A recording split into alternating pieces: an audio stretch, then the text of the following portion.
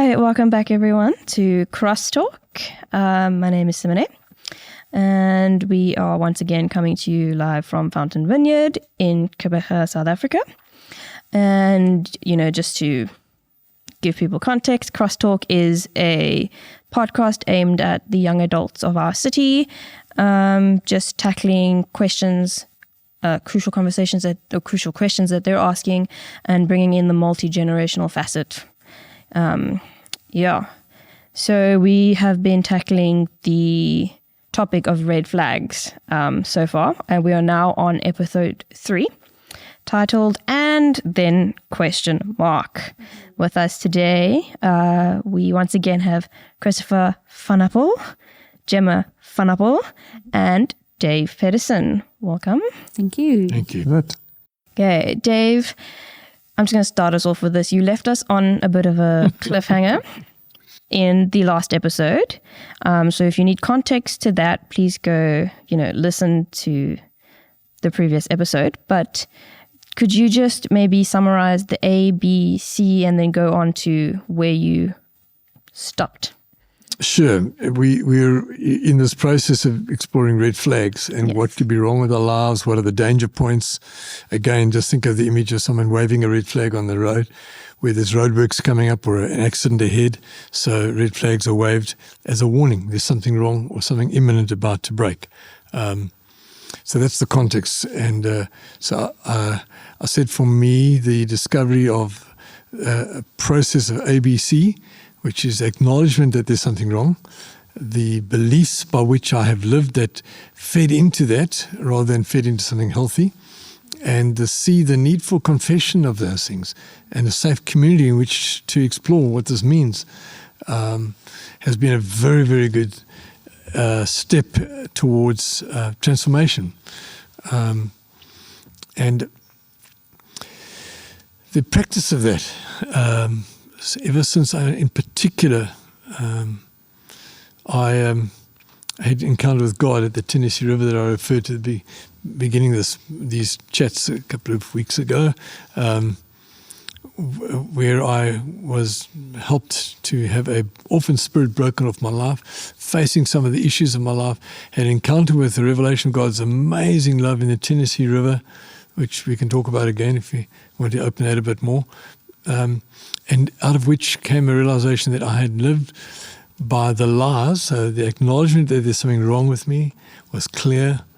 I encountered a fresh revelation of God that awakened some new level of beliefs in who He is at that revelation of His love. Powerful, powerful revelation. And coming out of that was the prayer, Lord, teach me to live from this revelation.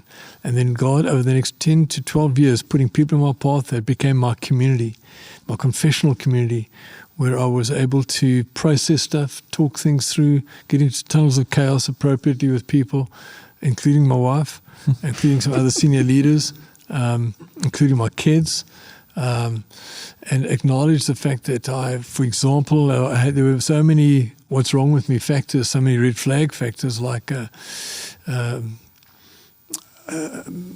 overextended, not afraid of scarcity, afraid of making mistakes, so many things that God had His finger on, and I was confessing and working through with these people over the 12-year period. That was deeply transformative for me. But it wasn't just a click of the fingers and I was a new person. Yeah. Positionally, yes, but experientially, so that my life could be changed. I had the Tennessee River experience when I was 38 when that happened. And so I'd been married since 23, so I was 15 years into our marriage already for a start.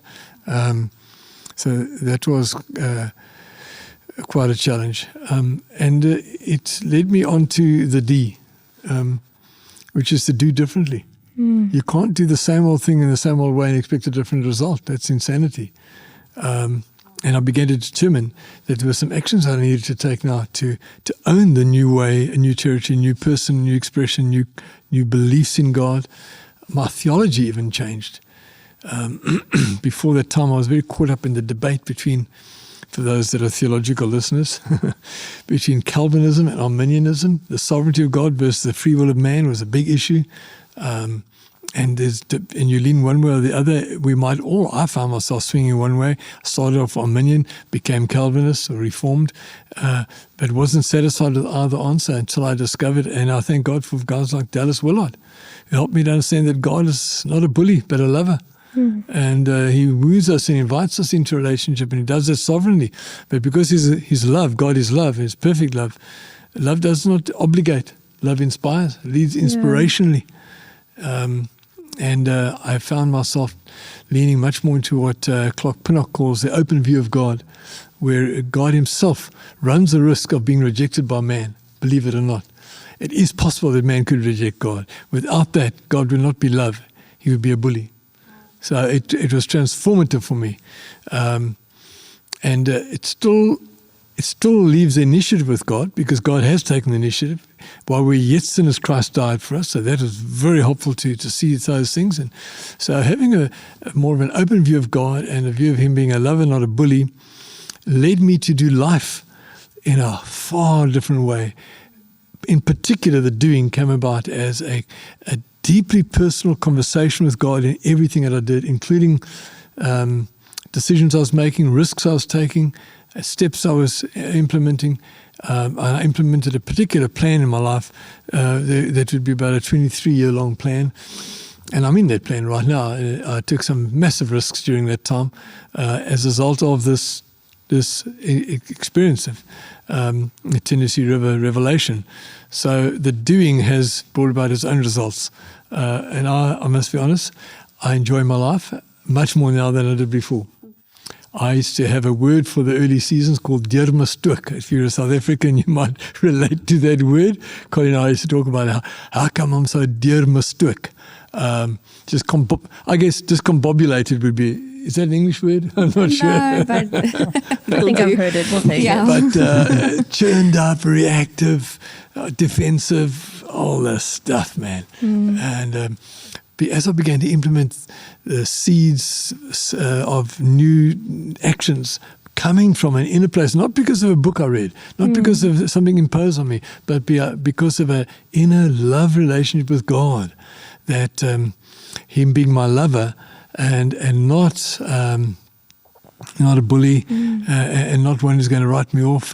But he said to me in the Tennessee River experience, he said to me, there's nothing you can do to make me love you more.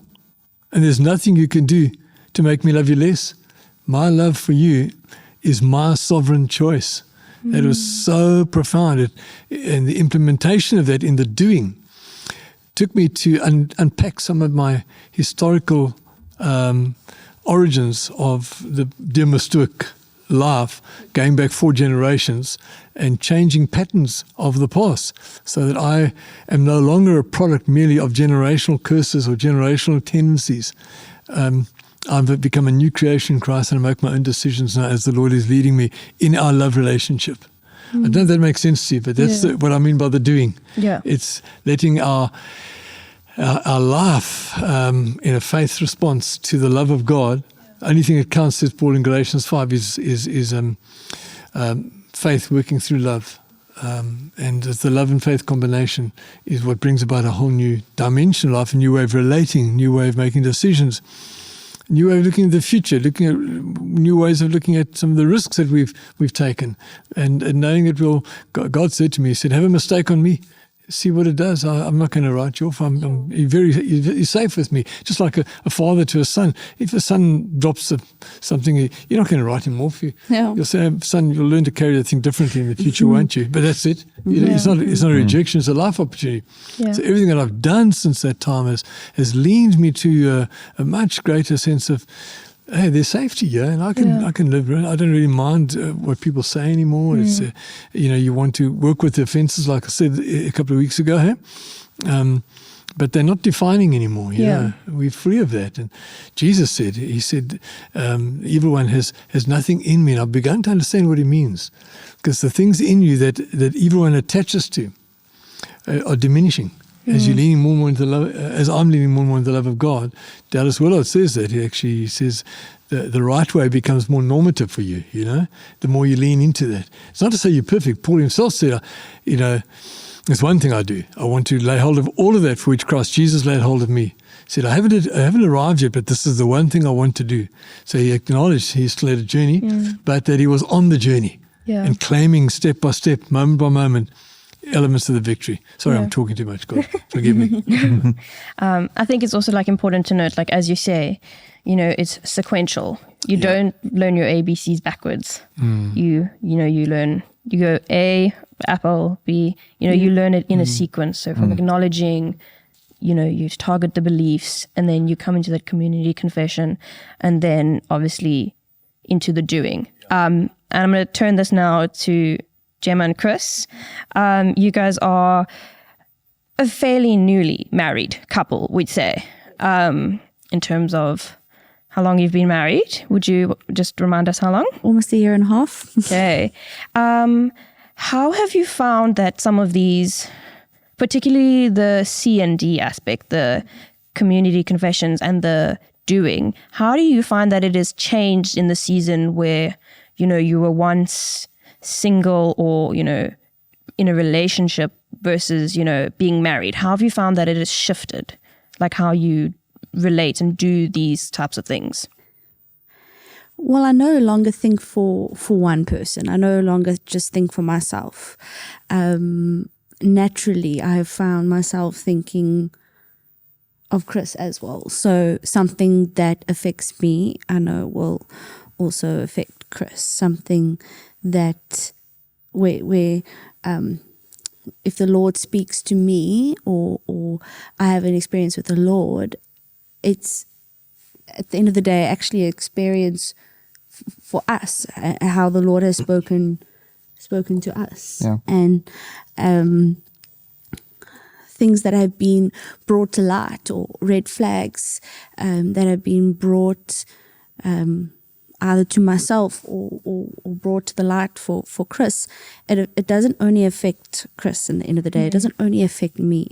At the end of the day, we come together, discuss it, and it's like one person dealing with that thing that has been brought to the light, Yeah, I mean, we are in our small own way, we are our own community.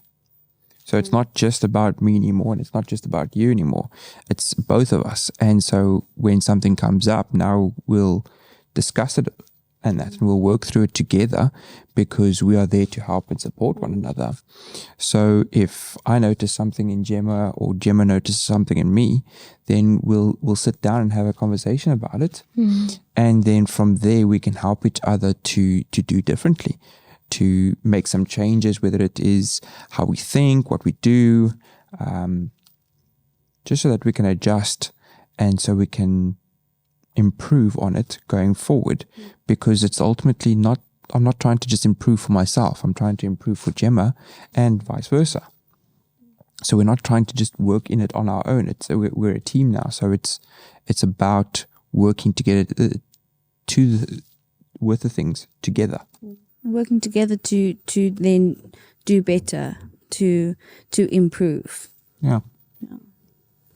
And obviously, Dave touched quite a bit on community, the aspect of being safe. And if you had to broaden that up a bit, like how would you give advice to younger people in your space, like who are, still working out the throes of marriage and stuff? Like how would you, invite them into community, or how would you, like show them positive aspects it can have?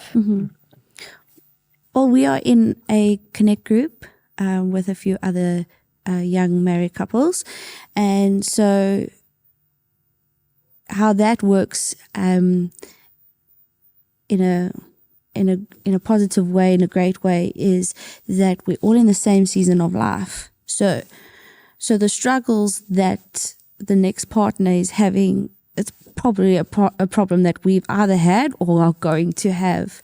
And so we are able to, in our godly friendships, get to know God together, encourage each other. So I would bring a a young couple into that setting, but that it can be exclusive in its ways. So I would also encourage young people to come to a connect group on a Friday night or Wednesday night, using their time here at church in a safe place where they can get to know God with other like-minded people their age, seeing how on fire for God that they are.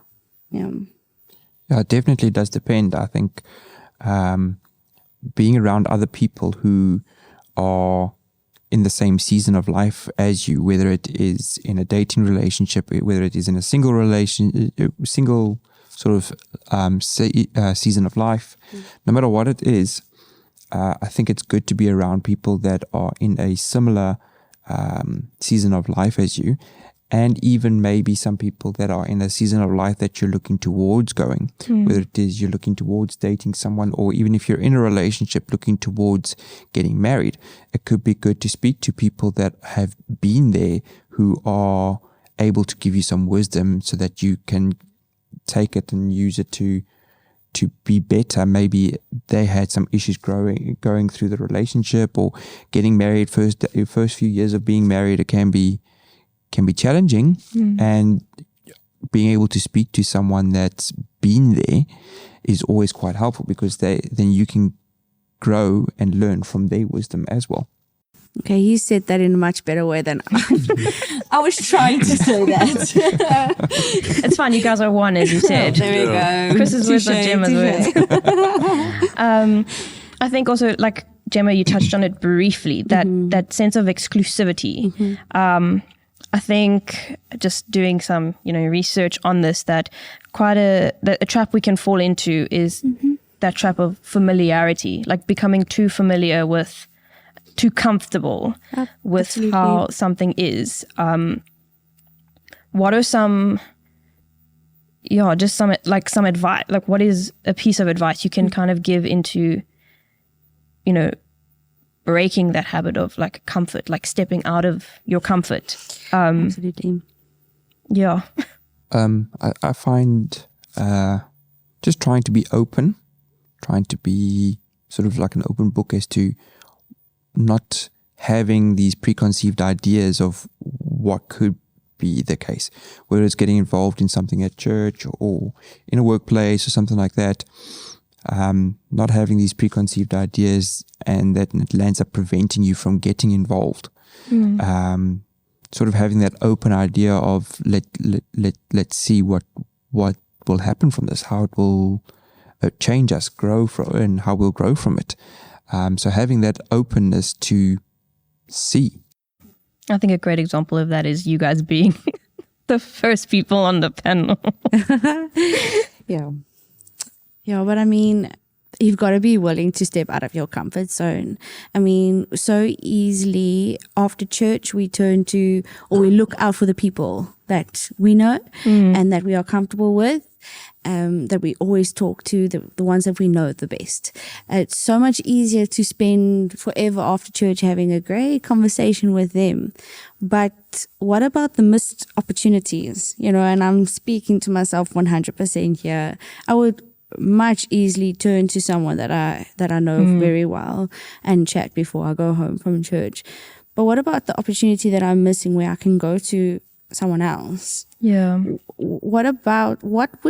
How much would change if I just take a moment to look around the church to see who hasn't immediately turned to someone that they know because they don't know someone or they don't feel comfortable with someone? Yeah. Then I'm stepping away from the exclusivity of my friendship group and stepping out, because there's time and place, Yeah. I'm not saying being in a connect group of people that are all in the same season as you is wrong, but then taking opportunities where you can, like after church, looking for someone that does not have someone that they are comfortable with, that they can just turn to, Yeah. Dave, any thoughts? Yeah, absolutely. You know, when you catch a plane these days, over the years, you often are told to, oxygen mask will fall in the event of a crisis. Make sure in decompression that you put it on yourself first and then on your child or your neighbor. Because if you're not getting the oxygen, you're not going to be able to help anybody else anyway. Yeah. We can only help others as we are allowing ourselves to be helped. If I don't take that, how can others be trusting to take it as well? So I show them it is safe to take, and I'm helped by the taking of it. They too will be helped and able to. So I think that's an important thing to. We must be the change we want to see around us. We be it. Yeah. Don't demand it of others if we're not walking in it, If you would like the church to be more patient or people around you, friendships to be more reliable, well, be that. Be that yourself. Absolutely. Yeah. And you'll inspire others. The Chinese say that one in the eye is worth two in the ear, So what they can see is more impactful than just what you tell them about. Yeah. So I think that's important as well. Yeah. And I think just as we, bring this season, it feels weird to say, short but sweet, the season to like a close, we've obviously tackled quite a bit about, introspection, knowing ourselves, how we address things with others, how we bring God into spaces.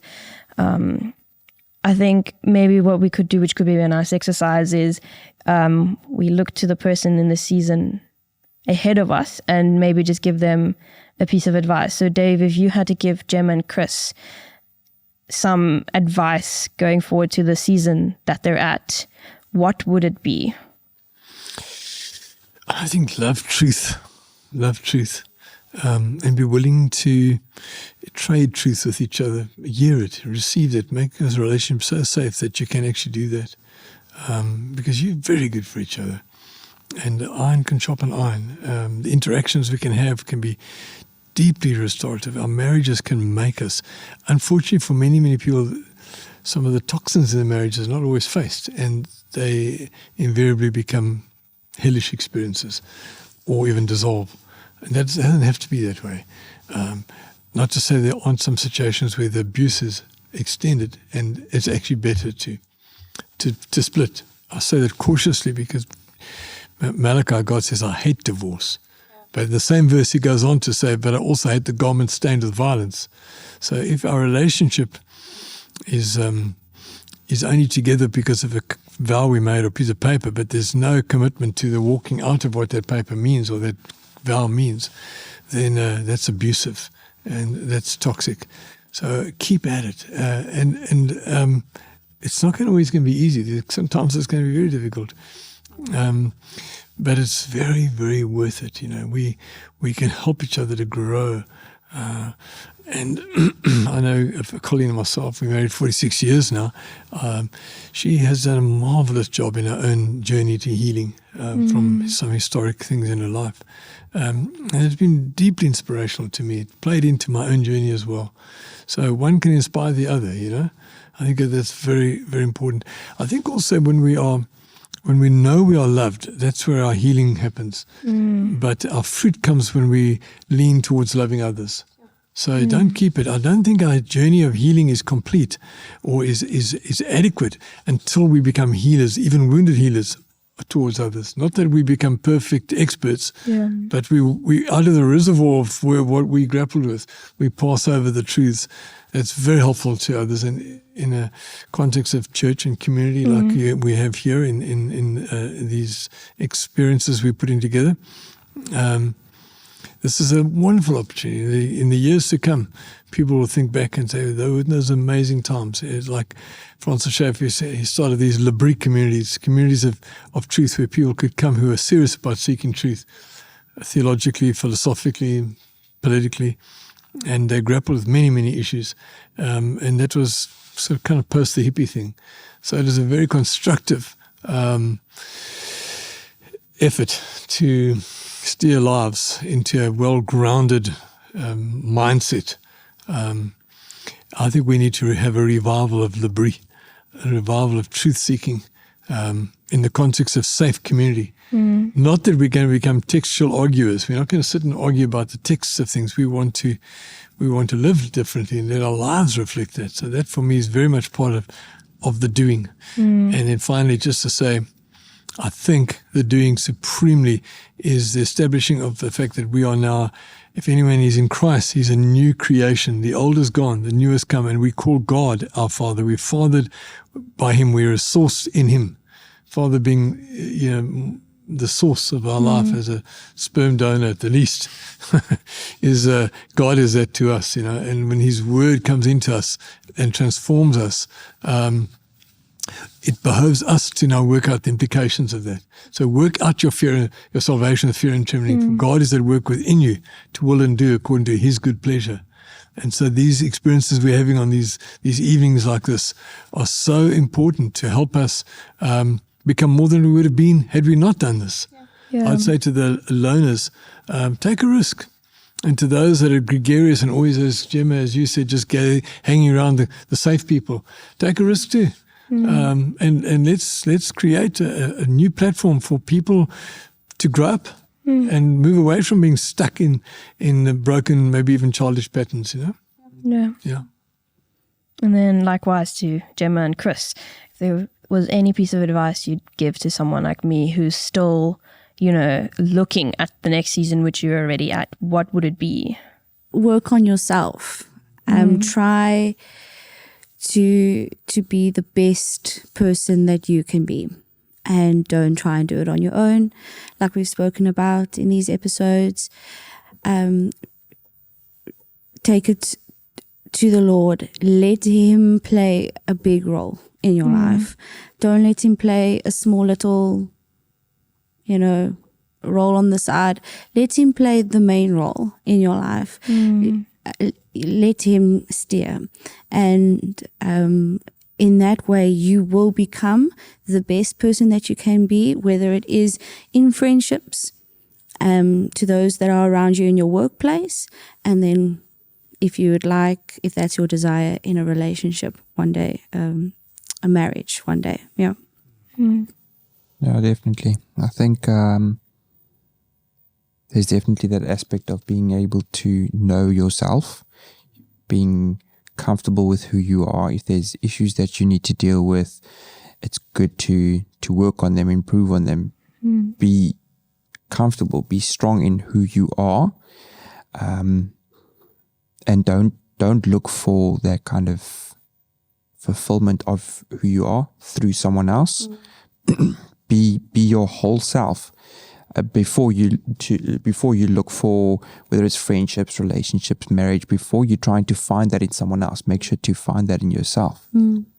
And as you go through life and you find these potential red flags in yourself, to have that the vulnerability to be willing to get them dealt with, whether it is speaking to someone else, whether it's taking it to God, and that deal with it and be open to resolving it, because that will only grow you to be a better person.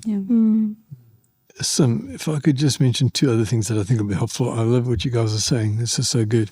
A good tool, just two tools I'd like to mention that might be helpful, is the Enneagram is one. Yeah. Enhancing our self-understanding, our strengths, our weaknesses, our personality types, and how we are experienced by others around us, and what motivates us to be what we are. Ian Cron has written some good, and many others written on the Enneagram. The Road Back to Me, I think it's called. It's one of his books. But the Enneagram, dig into that. If you would like to enhance your personal self-understanding, it's a great tool. The other one is a good book by Henry Cloud called Changes That Heal. Very good book, where he majors on the need for bonding and separating, and how this plays out in our relationships and our maturation process. And there is so much. Our Eden Life Center and our own libraries here, there's lots of resources available that you could tackle, people could tackle individually or as a group. A group of friends could get and say, let's read this book together, chapter by chapter, week by week, and explore its application in our lives. And listen, last thing I'll say is this: each of us needs to take responsibility for our own healing journey. Yeah. It's one of the biggest frustrations in life is when the healer is expected to do it all for you. Yeah. And we will not. We find it's not helpful for us to be expected to do more for someone in their healing journey than they are willing to do for themselves. Mm-hmm. At the end of the day, take responsibility for your life and grow up. Yeah. I think that's a great note to, end the season on. And if I must say, I think it's been a great season so far. We're really honored to have you guys have been our first official guests. And as always, we just want to thank you just for, allowing yourselves to be vulnerable, open to, new, sometimes scary opportunities. And we truly hope that people can be blessed by your faithfulness and stepping out.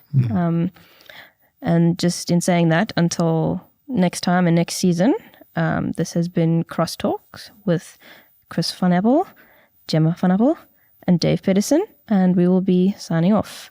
See you next time. Thank you. Bye. Cheers.